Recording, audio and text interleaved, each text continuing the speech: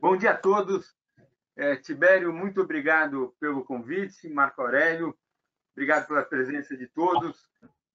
Tibério me disse que eu tenho 30 minutos para apresentar para vocês a minha visão dessa crise que nós estamos passando. Então, pensei em organizar da seguinte forma. Primeira parte da conversa, eu discuto um pouco como está sendo a crise no mundo.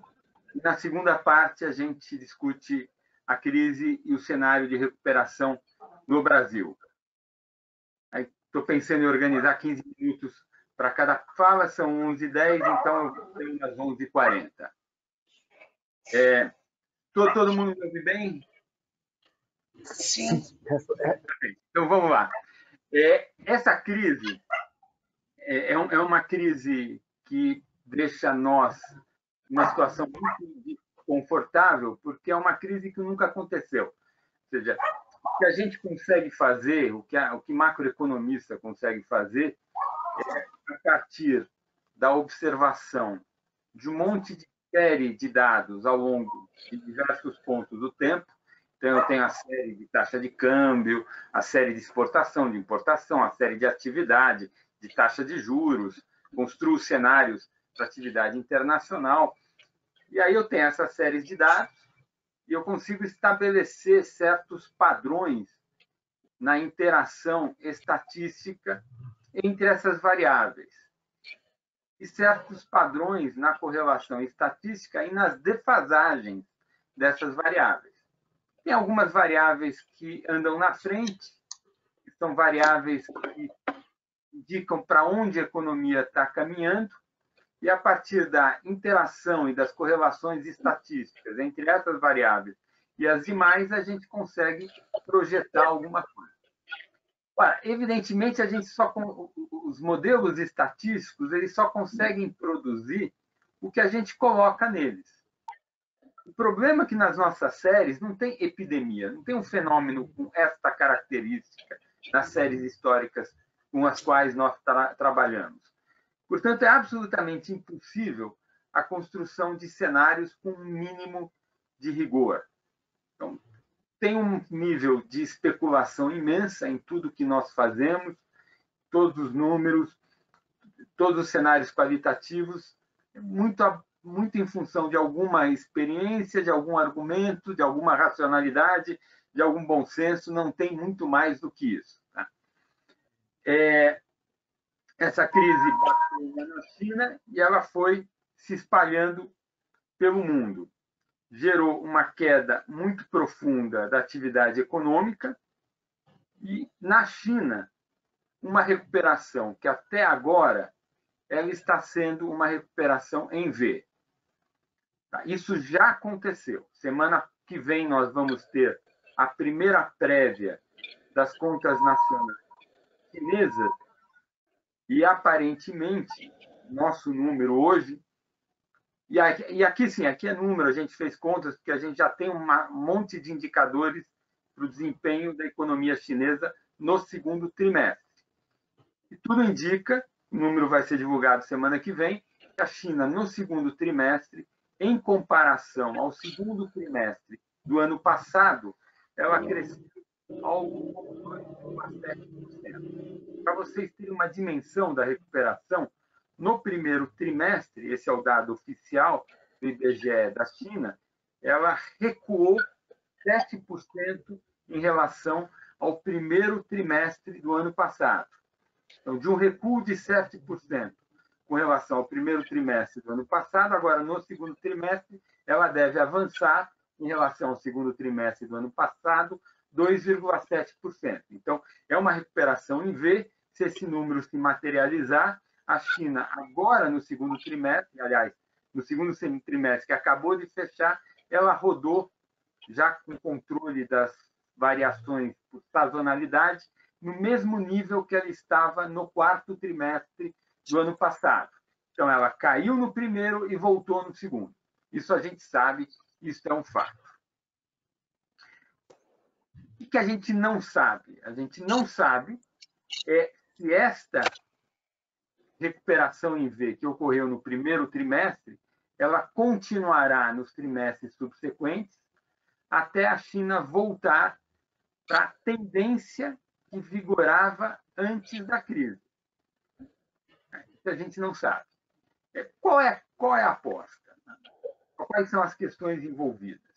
Quando a crise bateu, os diversos países começaram a desenhar programas para conviver com essa crise. E os programas, com variações de país a país, eles tipicamente são de 3 tipos. Primeiro programa são programas de sustentação de renda das pessoas mais desfavorecidas, mais fragilizadas, no Brasil são os informais, para que eles possam praticar o distanciamento social. Esse conjunto de políticas é algum tipo de permissão, alguma flexibilização contratual, principalmente ligada ao mercado de trabalho, coisas como a suspensão temporária do mercado do contrato de trabalho, ou redução de salário com redução de jornada sem custos para a empresa, coisas dessa forma, para que se possa passar por essa crise sem uma quebra contratual, sem desfazer uma relação formal de trabalho. E a terceira política implantada foi algum tipo de programa de crédito em condições, tanto de prazo quanto de custos, muito favorecidas, em que a maior parte do risco de crédito fica com o Tesouro Nacional, para capital de giro das empresas, para que elas consigam se manter ligadas em aparelhos até que a gente passe por esse deserto da quarentena. Também houve políticas de desoneração em todo lugar para reduzir a estrutura de custos das empresas. Então, esse é o pacote que foi adotado, e o objetivo desse pacote é fazer com que essa crise, que é uma crise exógena ao sistema econômico, ela não destrua as relações contratuais e a institucionalidade básica que sustenta, mínima, que sustenta a economia funcionando, para que, na saída, lá do outro lado do deserto, a economia esteja minimamente intacta e a economia retome rapidamente. Pelo que a gente tem visto na China, isto foi bem sucedido lá. Nesse sentido, eu tenho um certo otimismo, porque essa crise é uma crise diferente, por exemplo, da crise de 2008, a crise das hipotecas de má qualidade em 2008. Naquela grande crise financeira global, ela foi uma crise produzida pelo próprio funcionamento, foi endógena ao sistema econômico. O que ocorreu naquela oportunidade? Houve uma má regulação, um segmento da concessão de crédito pelo sistema bancário norte-americano. Essa má regulação vigorou durante mais de uma década. O segmento era crédito imobiliário para baixa renda. Essa má regulação gerou um enorme aumento da concessão desse crédito durante muito tempo, envolvendo todo o sistema financeiro norte-americano, mas também todo o sistema financeiro europeu, que gerou liquidez e financiamento para essas linhas de crédito. Quando o ciclo econômico virou e o preço das casas começou a cair, gerou uma inadimplência imensa nesse segmento, que quebrou o sistema financeiro da Europa e dos Estados Unidos todo. Evidentemente, quando a economia voltou, ela voltou numa tendência abaixo daquela tendência que vigorava antes, inclusive porque aquela tendência que vigorava antes, ela estava anabolizada por uma regulação deficiente. Tinha um certo grau de artificialismo naquela trajetória da economia mundial que vigorava antes da crise, e a crise não só gerou uma queda, mas gerou uma recuperação numa tendência que não era anterior, gerou uma perda permanente. Agora, não está claro que essa crise gerará uma perda permanente. Pode gerar, mas o motivo da produção de uma perda permanente não será a natureza da crise, que a crise é exógena. Será a incapacidade do poder público e da economia de mercado em produzir políticas que sustentem essa economia em aparelhos mais ou menos intactos para que ela volte. Ninguém sabe como vai funcionar, simplesmente porque a gente nunca passou por uma situação como essa. Os primeiros sinais que nós temos para a China, e agora alguns sinais para a Alemanha, a gente sabe que a Alemanha está um trimestre atrasado, mas alguns sinais que nós temos para a Europa, em particular para a Alemanha, sugerem que talvez nós tenhamos sim uma recuperação em V. Evidentemente, não está claro, depois de um primeiro trimestre de recuperação forte, se ela se manterá e nós voltaremos à tendência que vigorava antes da crise, ou se haverá uma perda mais permanente na atividade econômica mundial. Então, essa é a primeira questão que a gente sabe e o que a gente não sabe. Acho que um outro tema importante é qual vai ser a natureza, e esse tema é particularmente importante para o Brasil, que é um país que tem poupança baixa e que é liquidamente devedor do mundo e que absorve poupança de fora, que é como que será os mercados, como que estará o custo de capital no pós-crise. Como que será a taxa de juros de equilíbrio no hemisfério norte no pós-crise? Tem algumas pessoas que têm uma certa preocupação que me parece legítima, dado que o enfrentamento da crise gerará um enorme aumento de endividamento no hemisfério norte. Aparentemente, a relação dívida com proporção do PIB vai subir uns 20 pontos percentuais do PIB em tudo quanto é lugar do mundo. Há uma preocupação de que essa quantidade imensa de dívida, que depois terá que ser rolada, pressionará os mercados financeiros e gerará uma elevação do custo de capital. Essa é uma preocupação que surgiu. No início havia muita dúvida. Minha impressão é que eu não tenho particularmente essa preocupação. A minha visão é que o custo de capital no pós-crise vai continuar baixo. A gente sabe que antes da crise, os países do hemisfério norte se aproximavam ou viviam uma situação que é uma situação pouco comum, na verdade, muito incomum, mas não é uma excrescência teórica, é uma situação que, do ponto de vista teórico, é perfeitamente possível de ser imaginada, que é uma situação em que o juro real de equilíbrio é muito próximo de zero, podendo, inclusive, ser negativo. A gente, juro real de equilíbrio negativo, ou seja, o juro que equilibra oferta com demanda, que mantém a inflação na meta, negativo é alguma coisa possível, tá? Não tem nada de esquisito, porque o juro é o preço relativo do tempo. Então, se o futuro é mais barato do que o presente, o juro é positivo, mas se o futuro é mais caro do que o presente, o juro pode ser negativo. E não está escrito em nenhum lugar, não é uma lei da natureza que o futuro tem que ser necessariamente mais barato do que o presente. A gente sabe que, em geral, num período em que o progresso técnico é elevado, em que a taxa de crescimento da população é alta, em que tem muito jovem, é natural imaginar que, nessas circunstâncias, o futuro seja mais barato do que o presente e, portanto, o juro de equilíbrio seja negativo.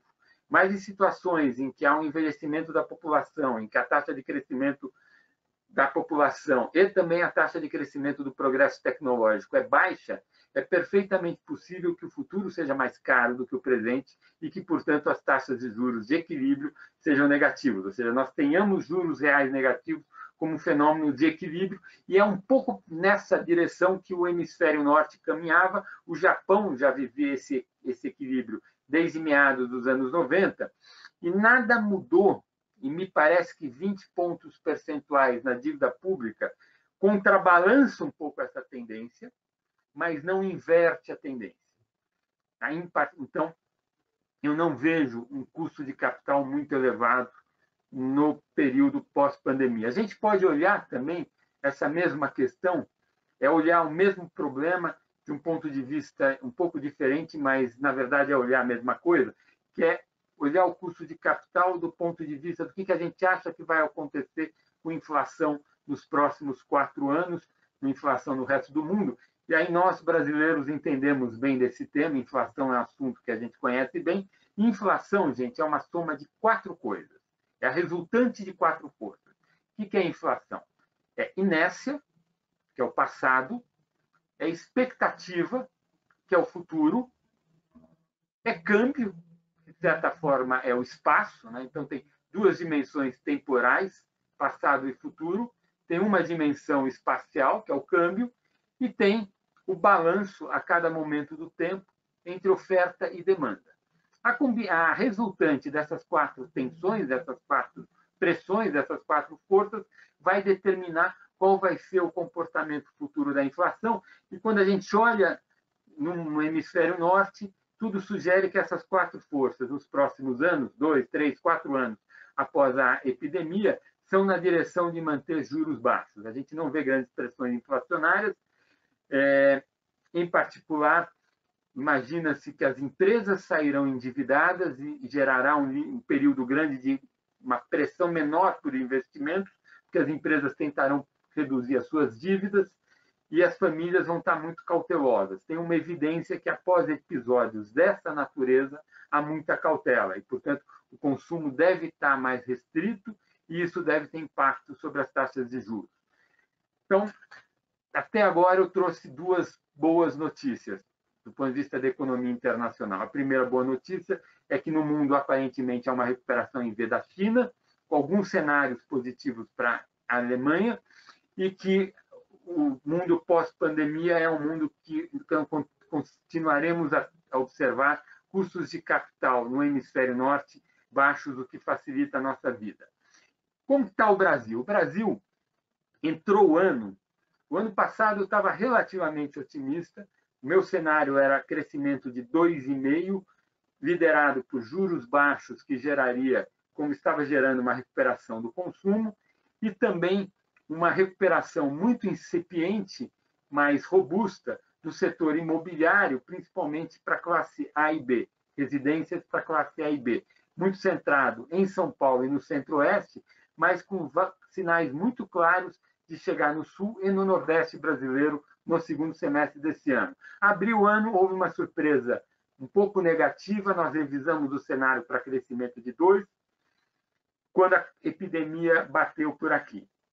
A epidemia já gerou no primeiro trimestre uma queda de 1,5%, em função de março, que foi muito atingido, e tudo sugere que no segundo trimestre a economia recuou 9%.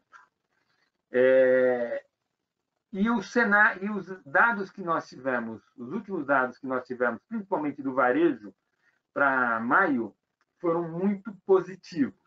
Ou seja, nós iniciamos nas últimas 2 semanas uma estação de revisão para melhor da atividade econômica. Quando a gente olha o Focus e diversos cenários, chegou-se a cenários muito negativos, analistas muito respeitados do mercado, gente que olha com muito cuidado a atividade econômica, chegou a enxergar a economia recuando 10% esse ano. O último cenário que nós temos do Instituto Brasileiro de Economia, instituição a qual eu sou filiado, é que o crescimento esse ano deve recuar, deve ser negativo em 5,5%. Então, é um cenário péssimo, mas veja a situação que nós nos metemos. 5,5% passou a ser um número que a gente até festeja, porque a gente chegou algumas semanas atrás a ver a economia recuando 7,5%. Tem uma incerteza imensa. Aparentemente, no terceiro trimestre, deve ter um crescimento em torno de uns 4,5%, crescimento positivo, com 1,5% no quarto tri, fechando o ano numa queda de 5,5%. Toda dúvida que a gente tem hoje, a maior dúvida, refere-se ao quarto trimestre em diante. A gente não sabe qual é a natureza da recuperação, e todos os números que nós temos para o quarto trimestre, e principalmente os números que nós temos para o ano que vem, são absolutamente especulativos. Tá? Muita especulação, eu não tenho segurança com nada. Tá? E aí, ter título acadêmico, se é PhD por isso, PhD por aquilo, não vai adiantar nada, porque toda a tecnologia, toda a técnica, toda a teoria, toda a econometria que a gente aplica nessa situação, pelos motivos com os quais eu comecei a discussão com as senhoras e os senhores, não se aplicam hoje. Do ponto de vista da economia política, então eu tenho uma enorme incerteza. A minha sensação, a minha intuição, a minha pele diz que a recuperação deve ser um pouco mais rápida do que as pessoas sugerem. Tem uma característica que é muito importante, que essa crise ela é totalmente exógena ao sistema econômico.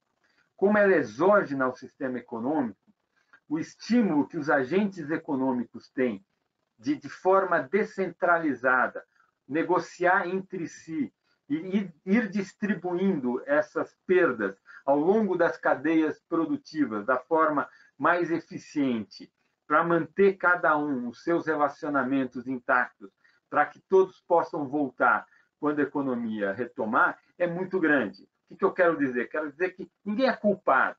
Então, não tem um fato que é comum, que nós chamamos em economia de risco moral, que alguém ganhar porque se comportou do jeito errado e ser premiado por isso. Aqui não, está todo mundo no mesmo barco, todo mundo se deu mal porque um meteoro caiu e as pessoas estão tendo que se haver com isso. Então, nós já temos visto que diversas empresas e diversas cadeias produtivas, você tem uma sustentação, você tem créditos dados na cadeia de consumo de fornecedores, as empresas maiores que são mais líquidas, elas financiam estoque, produtos para as menores, você tem uma série de iniciativas, recontratação de quem pode.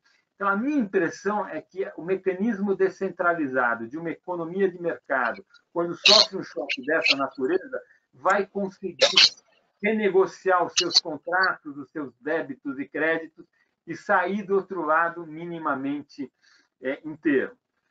Nós fizemos um programa muito grande de sustentação da renda, né? Provavelmente nós, no meio de um governo que, teoricamente, é um governo neoliberal, para a gente ver que liberalismo no Brasil é uma coisa não muito comum, deve ser o governo que vai gastar na área social para sustentar a renda, na América Latina, com proporção do PIB, mais do que os outros, né? Certamente, dos últimos números que eu vi, o Brasil está gastando mais do que o México, cujo presidente é da esquerda lá, ou mesmo do que a Argentina.